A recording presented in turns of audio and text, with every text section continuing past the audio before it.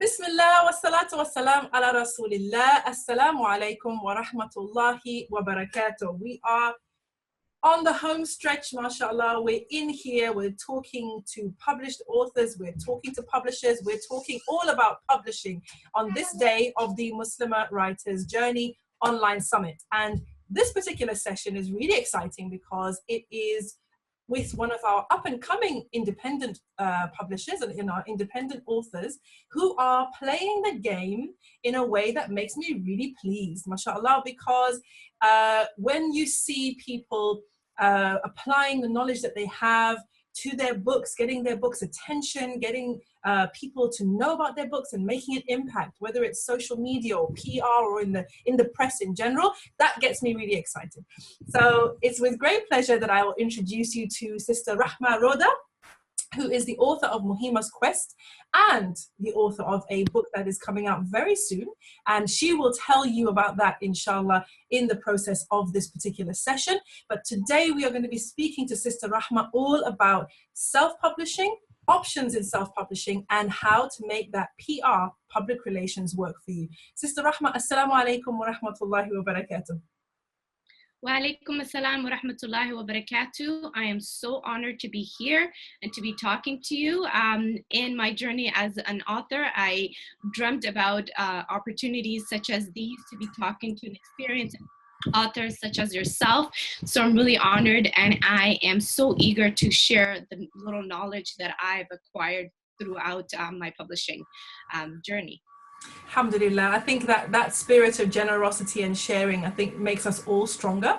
So I thank you for making the time to speak to us and to share what is happening with you in your part of the writing space. So you are a children's book author. That's correct, right? That is correct. Yes, I do write children's book, mainly focusing on the representation of Black Muslims, because I found that there was a lack in the market for Muslim children's book. So my main focus is to produce and to write stories featuring Black Muslims. Fantastic, mashallah. And we know that you're self-published, okay, so you're independently published. Tell us a little bit about your journey with self-publishing, the choices that you made, why you made certain choices, and how you're running your business essentially at the moment, inshallah. Okay, yes. So I started my journey, my first book, Muhima's Quest, has been published coming up to a year now. July 17th will be the first year anniversary of the book being on the market. Mm-hmm. I'm very excited because it's been a long journey. Before that, it took me a year to bring this product to life. So when I started out, I didn't really know how I was going to do any of this. I didn't have the knowledge. I didn't have any of the resources or anything like that, but I focused on producing something that will be able to compete on the market.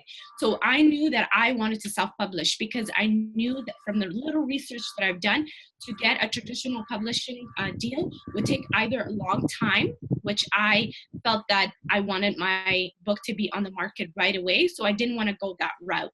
So the first decision that I made was to go self-publishing route. So I didn't know how I was going to do that, but I focused on writing the book, producing the book, and doing all of that part first, making sure that the end product was just as good as any book that was on the market that was traditionally published. That was my main goal before I even thought about anything else. Second of all, I then decided to self-publish. Therefore, the easiest route to self-publish that I was able to find was to go with Create Space with Amazon. You're able to upload your book as a PDF on their platform and have the book already ready for sale there, as well as the fact that it is a print-on-demand company. So basically, anytime that somebody makes an order, they ship it directly. So it was a lot of less heartache for yourself to not worry about having to do with shipping or anything like that. And so since I'm also based in Canada, it's the shipping cost is sometimes high for me to ship to the US or other countries. So that was something that I started doing in the beginning. So I uploaded my book to Create Space. I let people know, and that's what I decided to do. Initially, when I did with Create Space, I requested a proof to come in the mail for me, and I found that the quality of Create Space was not as high as what I was expecting. The paper quality was not the best that I've seen, and the cover was just not thick, although I didn't request. And they also don't do hard copies. They don't do hardcovers. They only do paper covers. So anyway, when I received the book, I found that the quality was lacking. So there, I continued to print with them until I was able to find a solution. And when I decided afterwards that I said, you know what, you've been focusing on quality this whole time. What is the point of having something on the market that is not reflecting of the quality that you were after? So I've decided to pull my book off Create Space or the Amazon platform.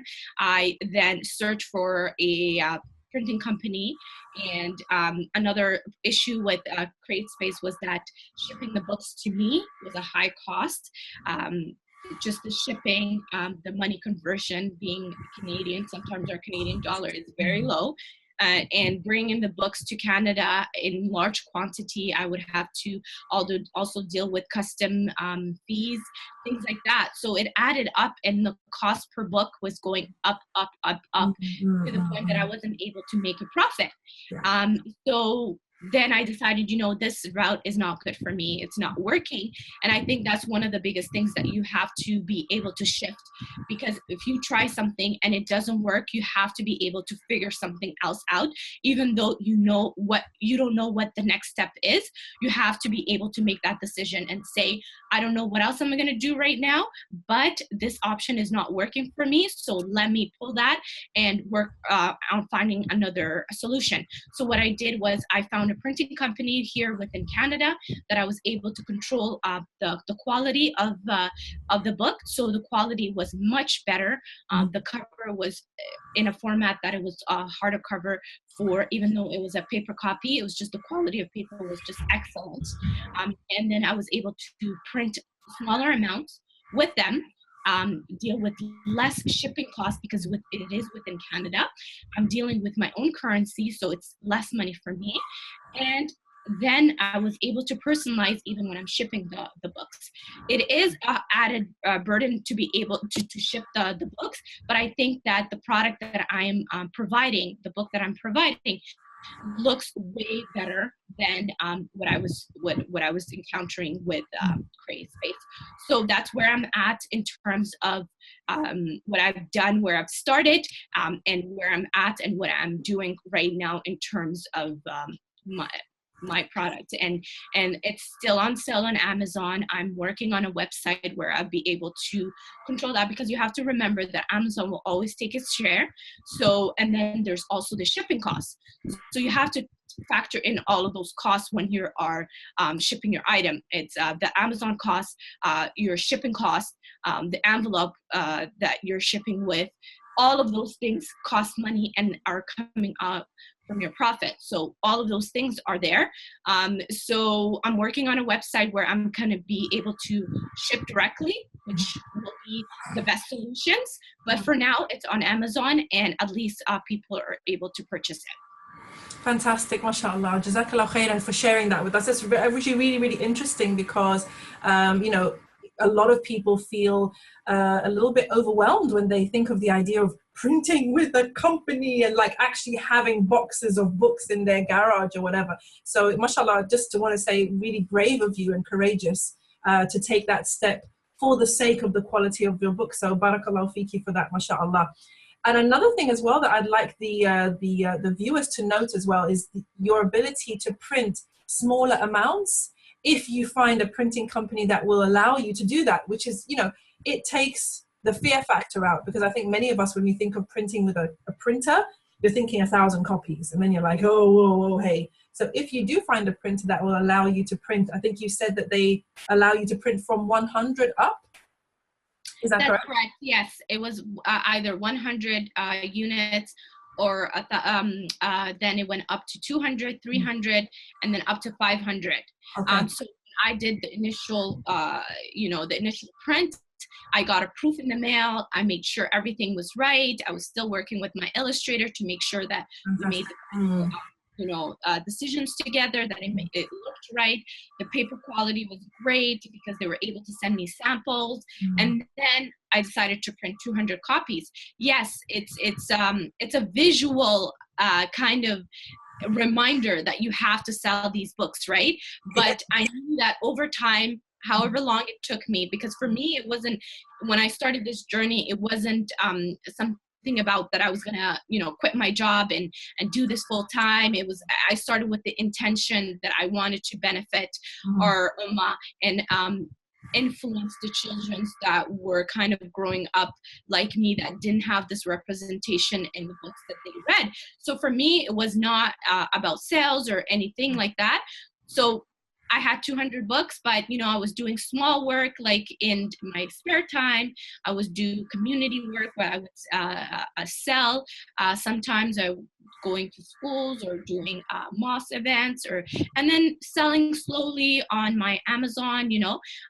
But it was really nice that I had that small quantity, that I didn't feel pressured, because I even considered printing with China. A lot of people do that. But with that, you have to at least have 1,000 copies, and then the custom cost to bring them here. And I'm like, where am I going to store 1,000 copies? I live in a small, bedroom apartment. They're big. That's just not going to happen, right? So I'm glad that this worked out for me. Alhamdulillah, no, we're all very, very glad that it worked out, and it is true. One of those motivating things is having the boxes of books there saying, "Sell me, please." So, mashallah, that's fantastic. So I can hear from you that obviously you started out with the mission, but you've been very, very intentional about every part of your book journey so far, mashallah. Are you naturally a business person? Like, you're talking about profit and customs costs and stuff like that. And I know for some people, all of that kind of gives them overwhelmed. They just think, oh, no. Do I have to deal with all of that? Were you naturally sort of good with the figures, or was it something you learned along the way? Honestly, it's something I just had to learn along the way. I'm the type of person that I have an objective. I then try to then figure out. I think if you get too caught up in how and all of those type of details, you kind of get discouraged, right? So even the self-publishing, it's not something that's straight cut. Like when I first started researching that, I'm like, how am I going to do this? But then I'm like, you know what?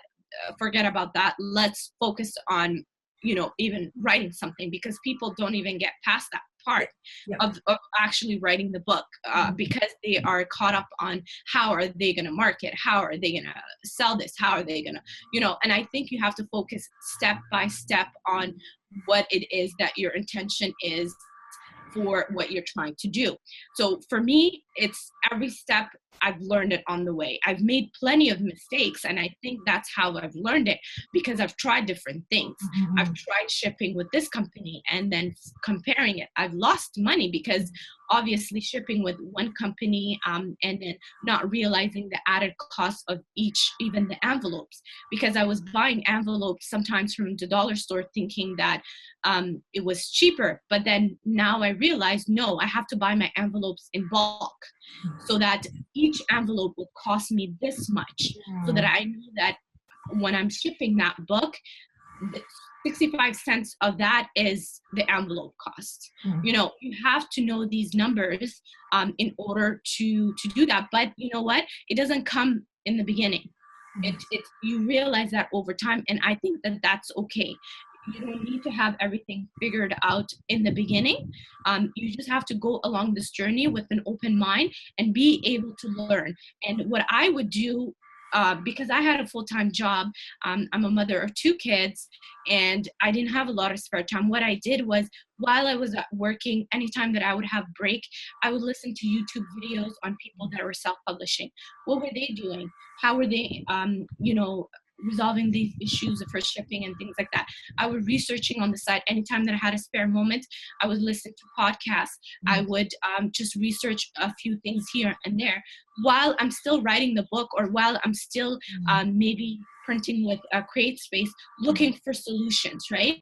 And then you learn from other people, and then you learn when you do something, then that doesn't work, then you do something else. I think it's very important to be able to be shifting your strategy or shifting the way that you're doing things in order to accommodate the things that are happening. If you're noticing that something is not working out, to be able to do that. So for me, that's what I've been doing. I've never started any type of business. My parents immigrated to Canada when I was very young, so they did have numerous businesses and things like that. So I'm not unfamiliar with small business mind, but in this sphere is something that I've had to learn on the job, basically. Fantastic, mashallah, great. And I know that you are a Twitter user and you're on Instagram as well. Okay, let me put it this way. Which two platforms have you found to be the most useful to you as an author? I really like Instagram. Instagram is my preferred method, but I think Instagram and Twitter has been the most valuable to me now, even though I'm not that great at Twitter. I have not mastered Twitter. I'm still researching it. I'm still trying different things, but I found that the connection that you're able to make on Twitter is amazing. The type of researchers that you're able to find, the community is just amazing on Twitter. And recently, with the publicity that I've had a lot of reach out through Twitter. So I'm now realizing the value of Twitter, and that I need to focus more on it and be more intentional and producing content for specifically Twitter, because I find that when I'm mainly on Instagram and I would share my content with Facebook and Twitter, and now I'm realizing, no, you have to have different strategies for each social media, because the people that are there are different on each social media platform, right? So I've found that Twitter is really important. Some connections have come from there that I've never expected. I've had emails and things, opportunities that came from that. Instagram is where I've started. It's where I'm most comfortable, is where I'm more present, but I'm also working on other social media platforms. It's not always easy to kind of juggle all of these medias, but I'm finding that I think once you find your voice in each one of them, you continue to do that. Fantastic, mashallah. Yeah, I really like that, your insight on Twitter there, because it is something that I think a lot of sisters in general are not really savvy with Twitter, or they don't feel that comfortable in Twitter. But I agree with you that the writing community, particularly children's books, but just writing in general, the writing community on Twitter really is quite a special place, and it's worth investing some time to connect with the right people in your niche, on Twitter, mashallah. Fantastic. And then Instagram is more connecting with potential readers, isn't it? And building that community. Alhamdulillah. Okay, so tell us about publicity then, because I do know that, mashallah, you were able to hook some very, very nice publicity for your books and for your message and your mission. And that is one of the reasons why I wanted to speak to you, because as I was creating my latest trainings for social media training for authors and author branding, one of the things that I learned along the way was this whole thing of, as an author, you are almost bigger than your books. You are a person with a message and a mission. Your books are an expression of that message and that mission, but you yourself as an author, your brand stands for something. And I think I've seen you getting that message across in your publicity. Tell us about your PR, and also kind of, how you were able to get that PR, and also your perspective on making that work for you as an author. Absolutely. So before I even published my book, I started my Instagram account, and I started telling people that this is what I'm doing and this is why I'm doing it. And for me, it started out as a mission, like you said. I was not aspiring to be an author beforehand. You know, I've always loved literature. I've passionate about children's book when I had children, and noticed this lack of diversity within the Muslim children's book, right? But it's not something that I was aspiring to do. So for me, it's why. The why was important for me. And when you're trying to market a book, it's not just buy my book, because there's billions of books out there, right? But why are we buying your book? What is your message? So I've started that before I even had the book on the market, right? So that my audience knew this book is coming, and this is why we're writing this book. And this is my message, where I'm coming from. Why did I write it? I had a personal story attached to that. It was a story of my young daughter trying to identify and find herself, and me kind of reliving my childhood and seeing the gaps and the things that I could have benefited from if I had these type of books. I wanted books that reflected our culture, our heritage, as well as our faith. Why do Muslim children's book only look one way? Islam is not just one umbrella of one nation, is all nations, right?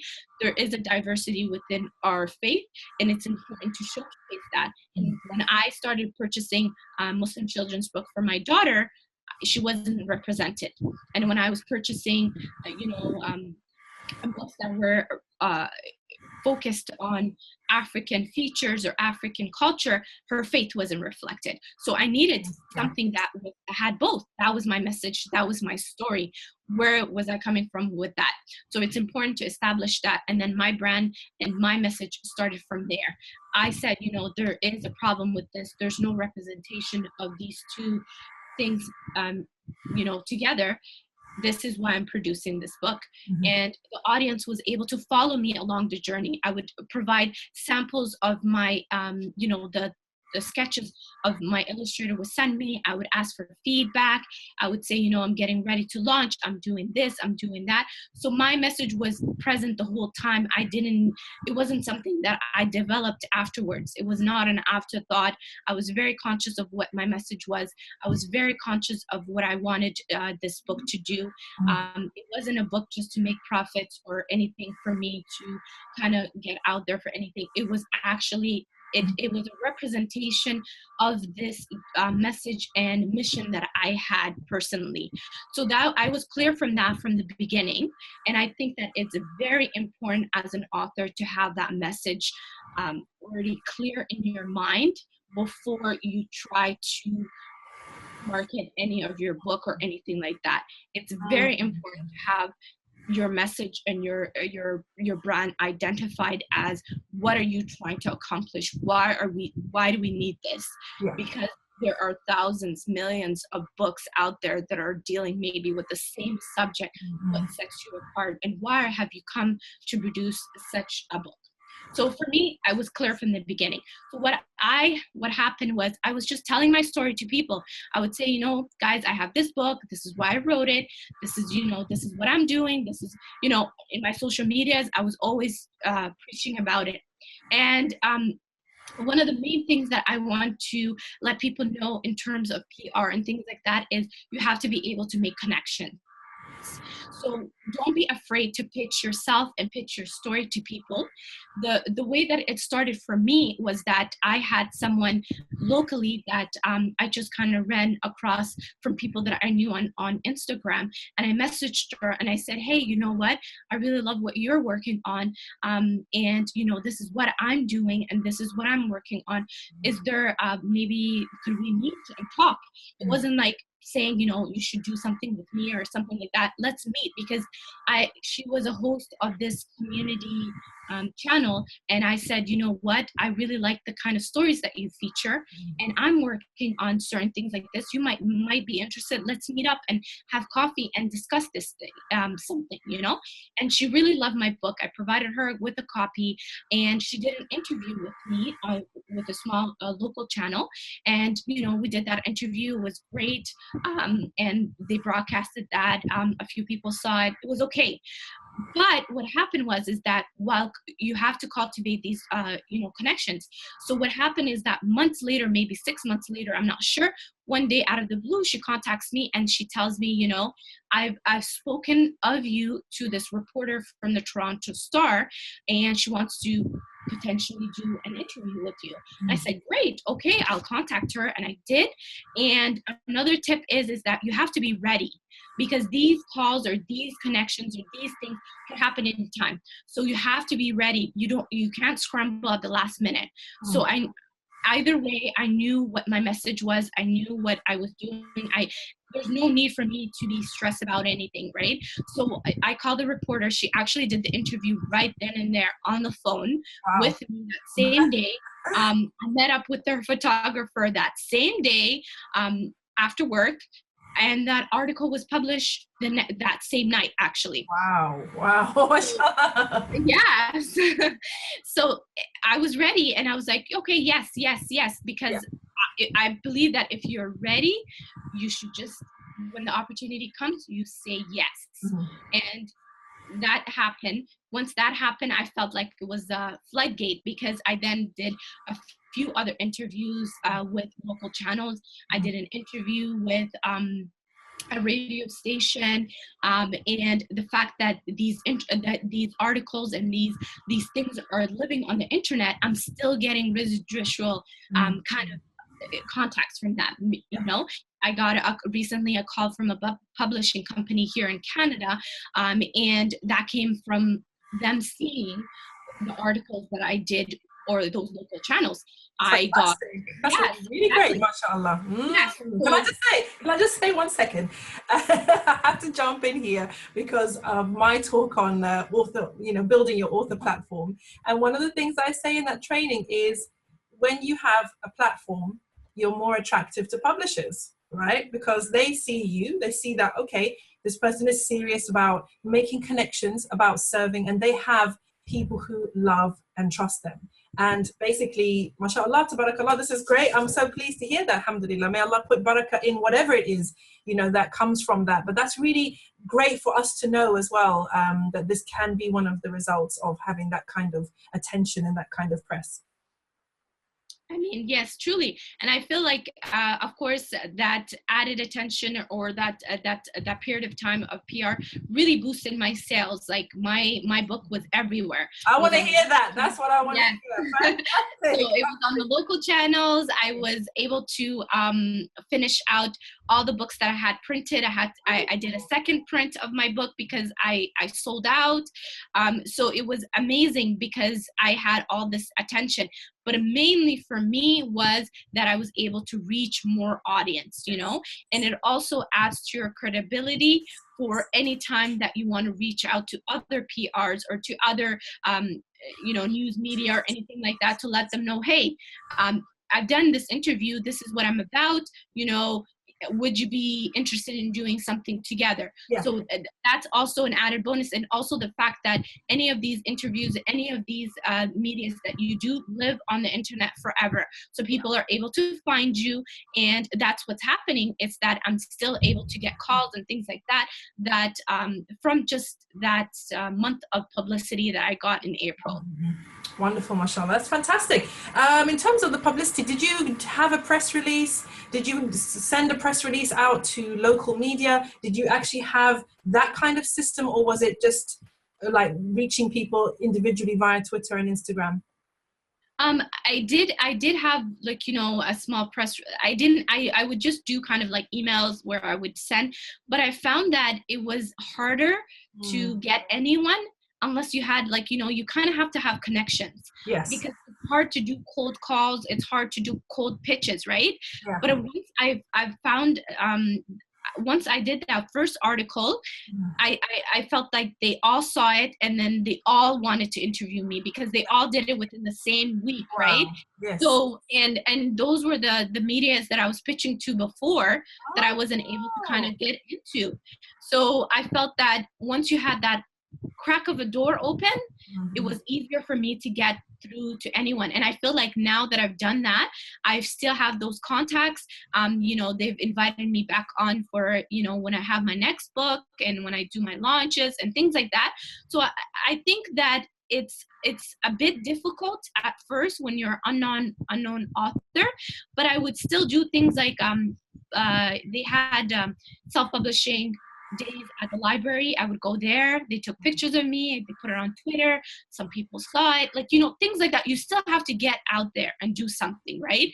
You never know the day that your break is gonna come, but if you stay ready and that you stay consistent, I believe that at that time you're able to then take part of that opportunity and pounce on it, because sometimes it doesn't come as easy as other people have it, but that's the reason why it's so important to cultivate these relationships and to continue telling your message, because you never know who's going to hear it and who's going to pass it on for you.